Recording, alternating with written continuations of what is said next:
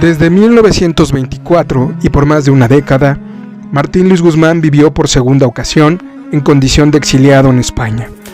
Allí, en el destierro, escribió una de las novelas más emblemáticas y trascendentales de la literatura mexicana del siglo XX, La sombra del caudillo. La difusión de La sombra del caudillo en forma de libro a fines de 1929 implicó un nuevo desafío. Plutarco Elías Calles, quien había concluido su periodo presidencial pero mandaba tras bambalinas, pensó en prohibir la circulación de la obra. Genaro Estrada lo disuadió con el inteligente argumento de que eso solo provocaría un mayor interés entre los lectores. Luego de una segunda edición de la obra hecha por Espasa Calpe en España en 1930, por fin la editorial Botas lanzó una impresión mexicana en 1938. Hecho favorecido por el regreso de Martín Luis Guzmán a México en 1936 y por la expulsión de Calles realizada por el propio presidente Lázaro Cárdenas.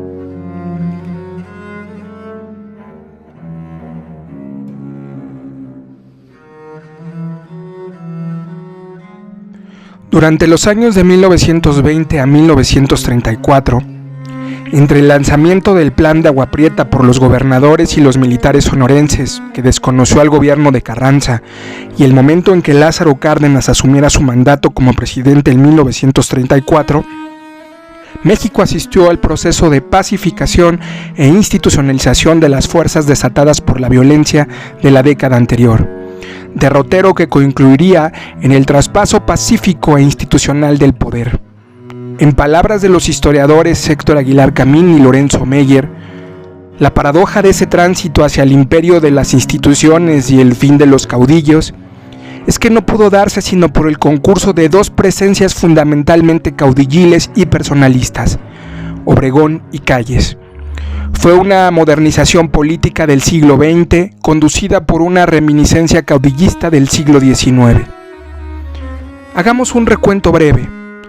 Corría el año de 1927 y Plutarco Elías Calles era el presidente de la República para el periodo 1924-1928, lo cual significaba que su periodo de gobierno se acababa y vendría la sucesión presidencial. El historiador Pedro Castro nos recuerda que Obregón estaba cada vez más convencido de que era el indicado para volver a ocupar la presidencia de la República. ¿Volver a ocupar la presidencia? ¿Cómo? ¿Acaso Obregón ya había sido presidente? Sí, Obregón había gobernado el país de 1920 a 1924, después de la presidencia interina de Adolfo de la Huerta, y quería volver a sentarse en la silla. El general Obregón, con su estilo característico, se tomó el tiempo necesario para realizar aproximaciones sucesivas a su propósito, calibrando cuidadosamente las reacciones a su favor y en contra de su regreso a la política. De algún medio, lugar o de la prensa se inició una ruidosa polémica acerca de si la Constitución permitía o no la reelección presidencial. En sus inicios, la balanza de los argumentos favorecía a los opuestos a la reelección, esa palabra maldita. Pero pronto apareció la ocurrencia genial del abogado Manuel Calero, personaje del antiguo régimen, en el sentido de que el artículo 82 sostenía que el presidente de la República duraría en su cargo 4 años y nunca podría ser reelecto. Pero, y aquí viene el detalle, la referencia era para el presidente de la República en funciones y no para un exmandatario, por ventura el ciudadano agricultor general Álvaro Obregón, o más ladinamente cualquier otro mexicano con excepción del presidente Plutarco Elías Calles. El argumento era impecable en apariencia y puso los cabellos de punta a quienes suponían que el caudillo viviría feliz el resto de su existencia empacando legumbres y verduras de exportación desde su finca. Pero Obregón no parecía dispuesto a contradecir al ilustre jurisconsulto, ni obsequiar nada a las ansias de quienes aspiraban a ocupar en su momento el puesto del presidente Calles. Desde el 1 de marzo de 1926, Obregón hizo declaraciones que un buen entendedor estimaría como precursoras de su regreso al término de la administración callista.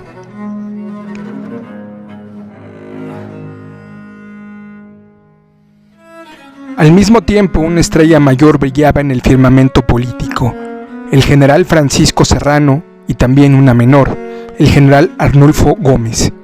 La contienda se había dividido en dos ramas, el serranismo y el gomismo. Pero cuando Obregón decidió volver a la presidencia, la situación se modificó como por encanto, dejando a los candidatos ahora de oposición solamente con un puñado de amigos verdaderos. El general Serrano era un personaje muy cercano, entrañable, casi un hijo del caudillo Obregón. Se conocieron desde pequeños en Guatabampo, e incluso estaban emparentados porque un hermano de Obregón, Lamberto, estaba casado con Amelia, una hermana de Francisco. Una vez derrocado el porfirismo, el gobernador maderista de Sonora, don José María Maytorena, lo invitó a ser su secretario particular, cargo que desempeñó hasta marzo de 1913, cuando inopinadamente se presentó en Nogales para ponerse a las órdenes del teniente coronel Álvaro Obregón.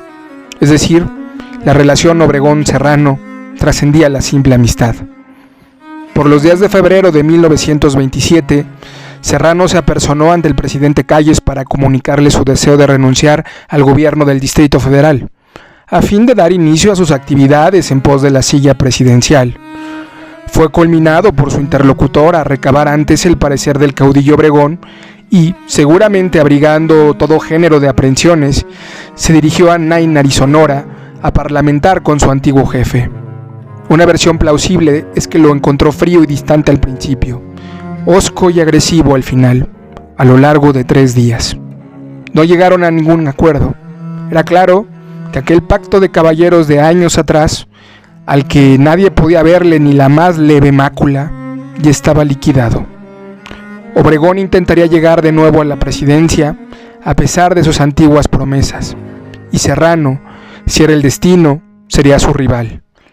Miguel Alesio Robles relata que al despedirse Obregón, le dijo su contrincante en ciernes: «Bueno, general, ya sabe usted que vamos a una lucha de caballeros».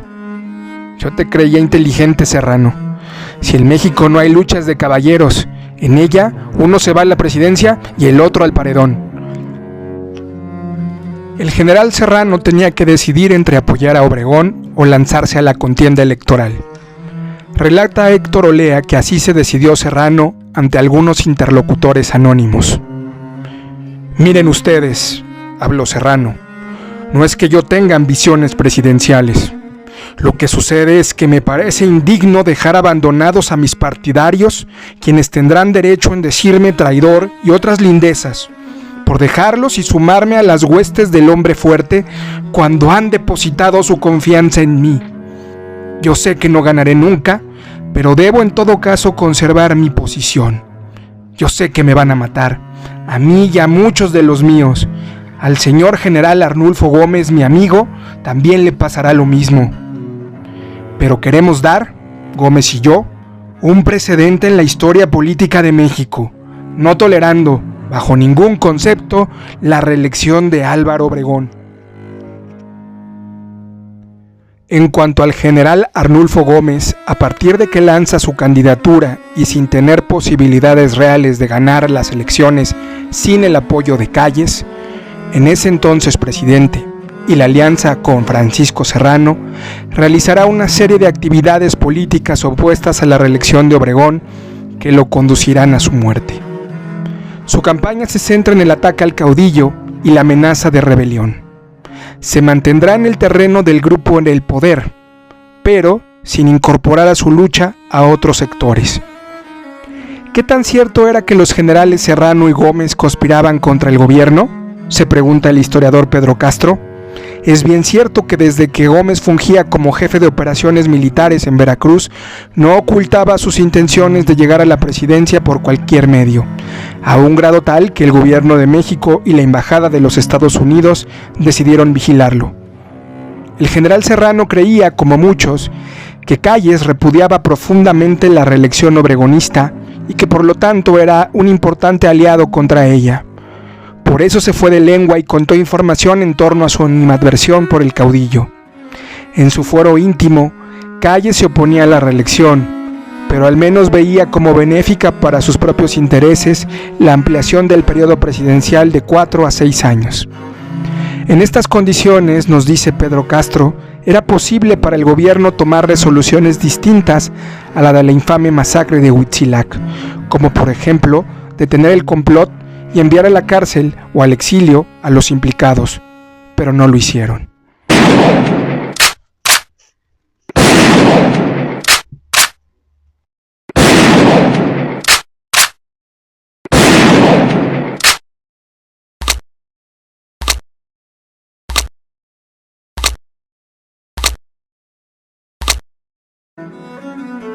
La rebelión de Adolfo de la Huerta, ocurrida años antes, en 1923, también le sirvió al escritor intelectual mexicano para dar forma a la novela La sombra del caudillo, de manera que la situación política descrita en casi todo el libro se asemeja a la vivida por Adolfo de la Huerta, quien rechazaba que Plutarco Elías Calles sucediera en la presidencia a Álvaro Obregón. La diferencia con Serrano y Gómez radica en que Adolfo de la Huerta se fue al exilio en Estados Unidos, mientras que el final de la novela está basado en la matanza de Serrano y de su grupo en 1927.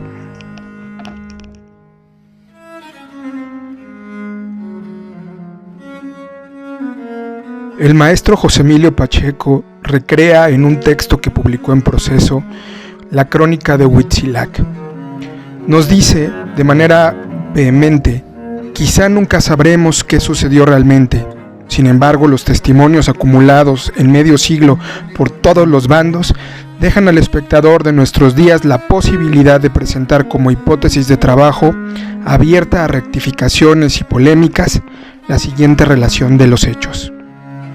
Gomistas y serranistas llegan a una conclusión. Hemos alcanzado el punto sin retorno.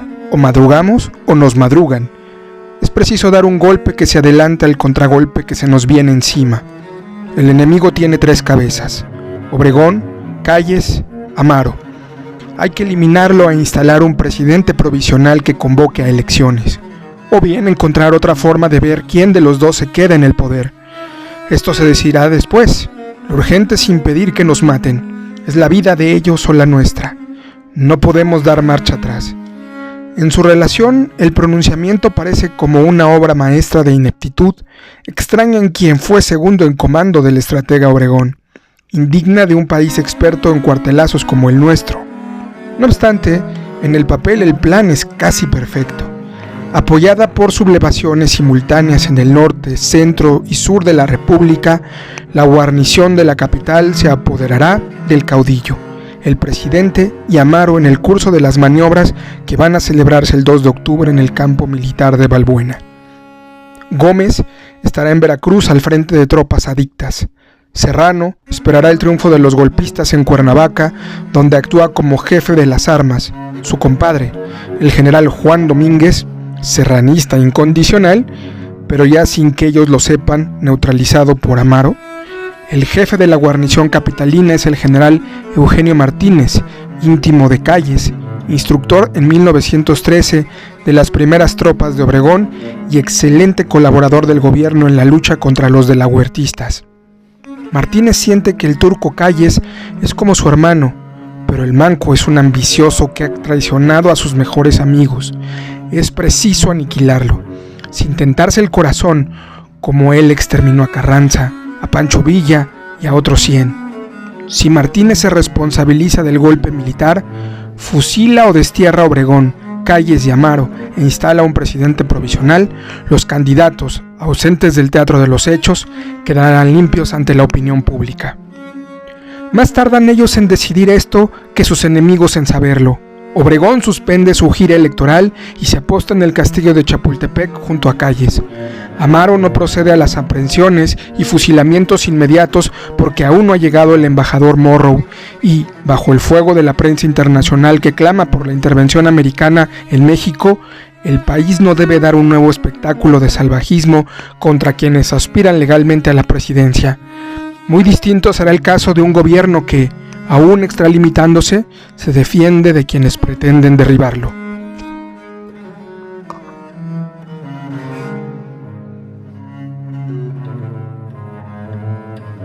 El domingo 1 de octubre, Serrano sale de su casa en la plaza del Ajusco rumbo a su hacienda La Chicharra, cerca de Cuernavaca. En compañía de sus amigos celebrará anticipadamente los 38 años que cumple el 4. Gómez, de incógnito, aborda el tren de Veracruz en una estación suburbana y se baja en Perote, donde cuenta con el general Enrique Lucero y la vieja fortaleza para encerrarse en caso necesario. En la Ciudad de México no se habla sino del golpe inminente. Todo el mundo lo espera, aunque nadie sabe cómo, ni quién, ni cuándo. Por la mañana del 2 de octubre, Claudio Fox llega de Guerrero y se presenta en el rancho de La Hormiga, que hoy forma parte de la residencia presidencial de Los Pinos y era entonces el cuartel general de Amaro al pie de Castillo. Fox le dice al secretario de Guerra que no pudo persuadir a sus grandes amigos Serrano y Gómez para que no se alzaran. 1000 guardias presidenciales al mando de Gilberto Limón custodian Chapultepec. Amaro inspecciona los cuarteles de la ciudad, sitúa tropas en Tacubaya, revisa el campo de Balbuena, Tlatelolco, la Ciudadela. Calles informa a Eugenio Martínez de que está enterado de cuánto traman para esta noche. Verás que no soy como dicen, y para corresponder a tu afecto, mi viejo, en vez de fusilarte te destierro. En la estación Colonia, Amaro despide a Martínez con un abrazo. En el pullman lo espera una escolta con el dedo en el gatillo. Amaro se dirige a Balbuena. En formación de combate, 2 regimientos, el 25 y el 26, y 2 batallones, el 48 y el 50, aguardan la llegada del caudillo, el presidente y el secretario de Guerra. El público llena las tribunas. Un reflector ilumina el palco presidencial y descubre que Amaro está solo. El secretario da la orden. Comienzan las maniobras. En ausencia a un último minuto de Martínez, las dirige su jefe de Estado Mayor, el general Héctor Ignacio Aldama. Termina el simulacro, se escuchan aplausos. Nunca se sabrá por qué, en vez de apresar a Amaro e irse con sus fuerzas sobre Chapultepec, Almada toma el camino de Texcoco, no el de Cuernavaca, para reunirse con Gómez en Perote. Los vivas al antirreeleccionismo no dejan dudas, se trata en efecto de un pronunciamiento. Obregón, Calles y Amaro tienen el cuartelazo que les faltaba, ahora sí están en libertad de actuar. La guerra se ha declarado. Entre los 1000 hombres que marchan en rebeldía por la carretera de Puebla, hay varios agentes de Amaro. Poco después entregan en Teotihuacán a Iturbe a sus comandantes Altamira y Rueda Quijano. Almada es sincero, se une a Gómez y pelea junto a él. Vencido, marcha al exilio. Gómez es fusilado en Teocelo por su compadre Gonzalo Escobar, el futuro golpista de 1929.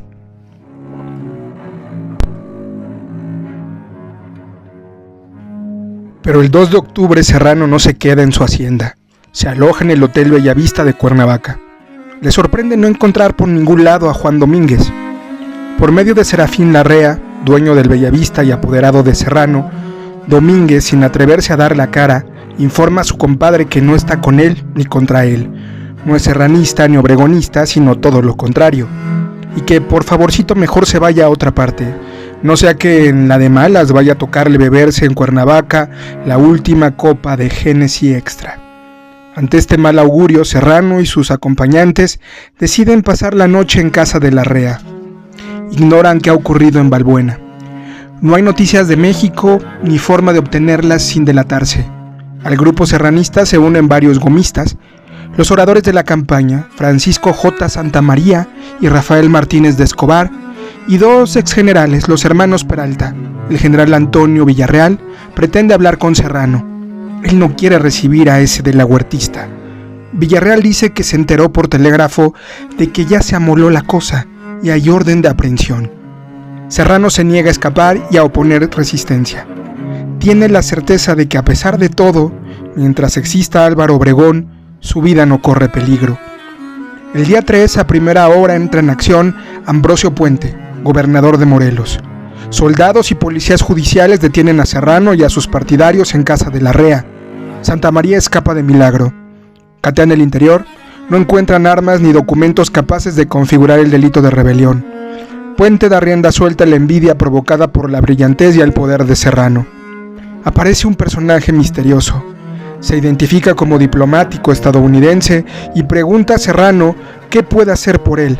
Sin perder la fe en su gran amigo de otros tiempos, Serrano contesta que todo se arreglará cuando Obregón se entere y los antirreeleccionistas sean conducidos a la capital.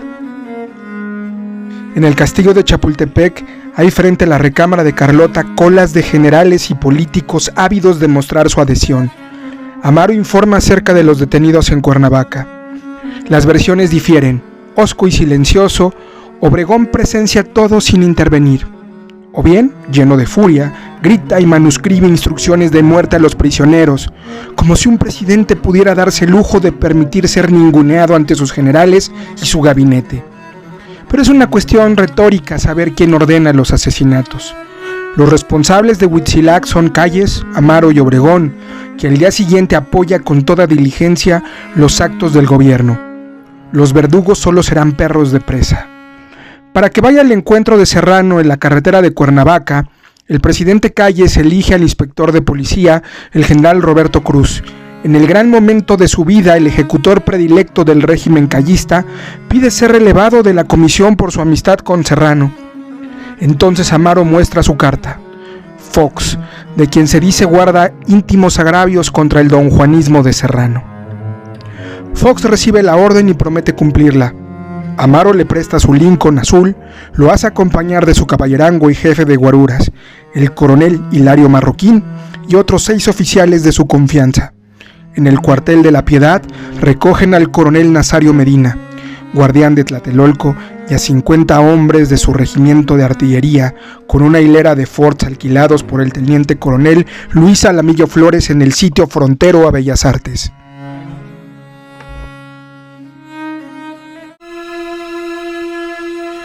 A la altura de Tres Marías, Fox ordena a los soldados bloquear la carretera. Allá guardan a la columna en que el general Díaz González trae a los prisioneros de Cuernavaca en los automóviles de Serrano y Carlos Avidal y en 2 transportes del correo. Díaz González se los entrega a Fox y parte a cerrar el camino por el otro extremo. Mientras acaban de instalar la trampa, Fox inspecciona a sus futuras víctimas, generales, licenciados, un poeta, Otilio González, un periodista, Alonso Capetillo, autor de un libro acerca del desastre de la Huertista, La rebelión sin cabeza, varios jóvenes casi adolescentes, Ernesto Noriega Méndez, el Cacama, su ayudante, fiel a Serrano hasta la muerte. La voluptuosidad del poder embriaga a Fox. Él, que es un pobre diablo, tiene en sus manos al que compartió más de cerca la gloria de Obregón. Le dieron órdenes de fusilarlos, pero ¿qué tal si muestra un celo más refinado en el cumplimiento del deber? En la carrera abierta a los talentos, Fox ve ante sí ascensos, condecoraciones, ministerios, hasta la presidencia, quién sabe. Lo interrumpe Serrano. ¿Qué hace el viejo? No sé, Pancholín, no soy político. ¿Qué nos van a hacer, Claudio? Nada, hombre, vamos todos a México, no te preocupes. Martínez de Escobar pretende lanzar una arenga. Ya viene en los labios la cita de Guillermo Prieto. Los valientes no asesinan. Fox lo calla brutalmente. Ordena que los prisioneros suban a las Fords de alquiler, cada quien con un oficial y 3 soldados. Solo Serrano continuará en su propio coche, al que Fox ya ha puesto el ojo. Minutos después de reanudar la marcha de los vehículos, se detienen en un claro a la derecha del camino. Hace un frío de montaña en aquel kilómetro 48 de la carretera Cuernavaca. Fox va a una tienda de Huitzilac, compra 14 metros de cordón eléctrico y los corta en otros tantos pedazos iguales. Da instrucciones a Medina y a Marroquín. Se retira 1 kilómetro más adelante. Medina pide permiso para acompañarlo. No es grato presenciar cómo la jauría despedaza en su indefensión a los siervos. El patíbulo queda en manos de Marroquín, guarura y caballerango de Amaro. Cae el crepúsculo sobre Huitzilac. Marroquín grita las órdenes. Amárrenle las manos a todos y échenle bala a las caras, que es el mejor lugar y es el más seguro. En el mejor estilo de su jefe, Marroquín abre la puerta del coche y baja a fuetazos a Serrano. El general responde que es una infamia y pide que no dañen a sus acompañantes.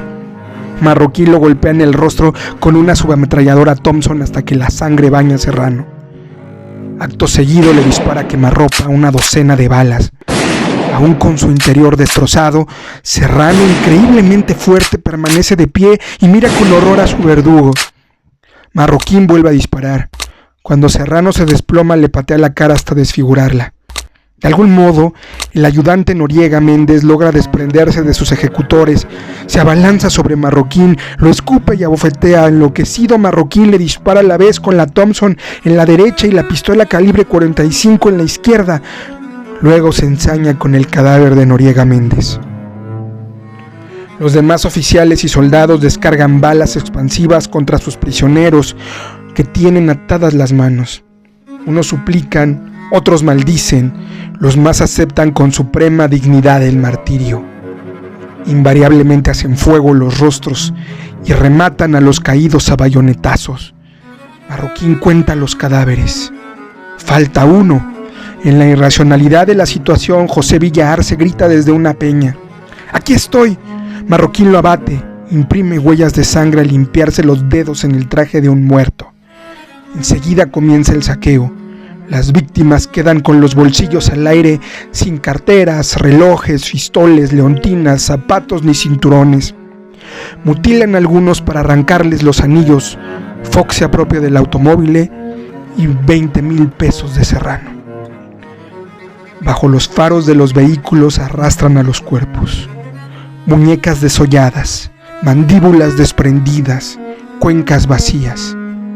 Los sientan en los forts, único medio de hacerlos caber. A medianoche la procesión llega a Chapultepec y se estaciona en la avenida de Las Palmas. Fox sube al castillo. Órdenes cumplidas. Obregón y Amaro siguen al lado de Calles en la recámara de Carlota. Obregón desciende. A la luz de una lámpara de pilas contempla uno por uno los cadáveres.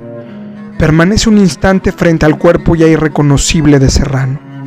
Sufre un estremecimiento.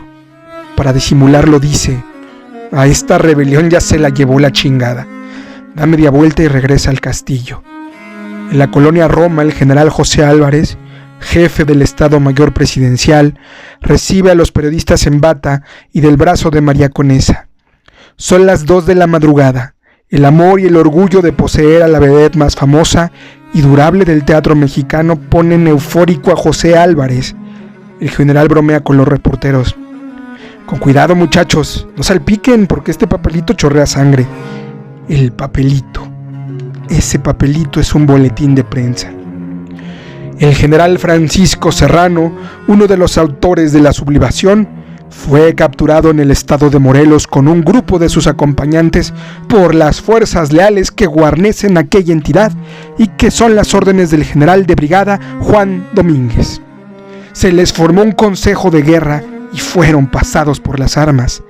Los cadáveres se encuentran en el hospital militar de esta capital y corresponden a las personas siguientes: General de División Francisco Serrano, General Carlos A. Vidal, Miguel A. Peralta, Daniel Peralta, señores licenciados Rafael Martínez de Escobar, Alonso Capetillo, Augusto Peña, Antonio Jáuregui, Ernesto Noriega Méndez, Octavio Almada, José Villa Arce, licenciado Otilio González, Enrique Monteverde y exgeneral Carlos Araiza.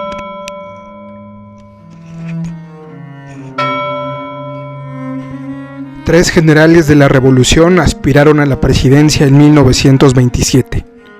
Ninguno pudo alcanzarla. A la postre, el beneficiario de Huitzilac fue Plutarco Elías Calles, que salió listo para convertirse en jefe máximo de la Revolución y en hombre fuerte de México. Al participar por acción o omisión en el asesinato de Serrano, quien lo había ayudado a ser lo que fue, Álvaro Obregón aniquiló también algo dentro de él mismo.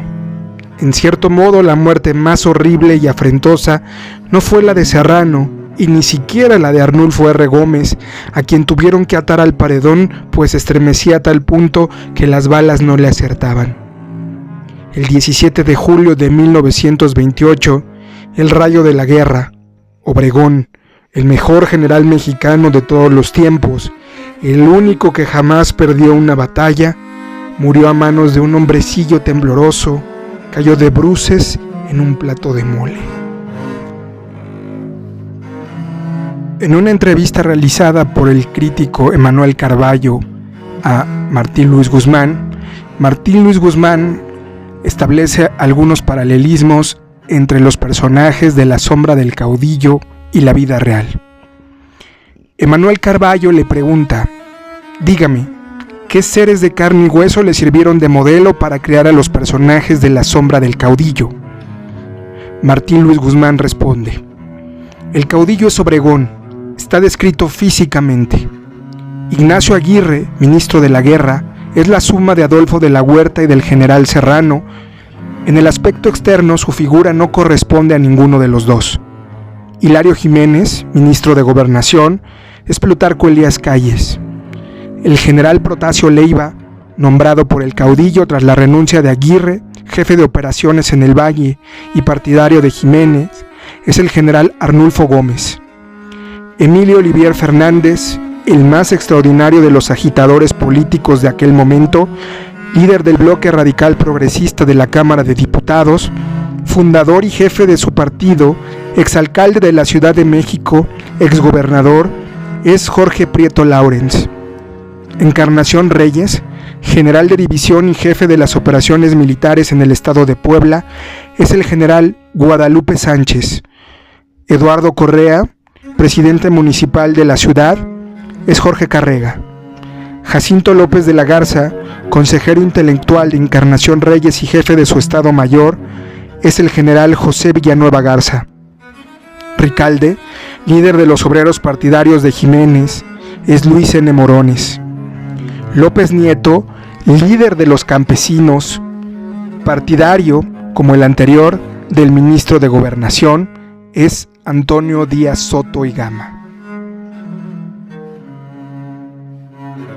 La sombra del caudillo es una crítica punzante en la que el caudillo es el coreógrafo siniestro. El poder del caudillo gravita pesadamente sobre todos, aun cuando no se encuentre presente. La sombra es para el caudillo la esencia de su proceder maquiavélico. ¿Y el pueblo? ¿Será que el pueblo es un actor o un espectador? Los actores de la democracia, quienes eligen a los gobernantes, en la novela no son más que grupos homogéneos, que van a los mítines por un taco de frijoles, una especie de coro que parodia al coro de la tragedia griega. En lugar de concientizar y aconsejar a los personajes, solo repite un guión que no comprende y que enuncia erróneamente: ¡viva Ignacio Jiménez! ¡Viva Hilario Aguirre! La sombra del caudillo exhibe una visión desencantada del proceso revolucionario y la constitución del madruguete como regla no escrita de la sucesión presidencial. Es una lectura fundamental para entender la historia política del país y una pieza clave de nuestra historia literaria.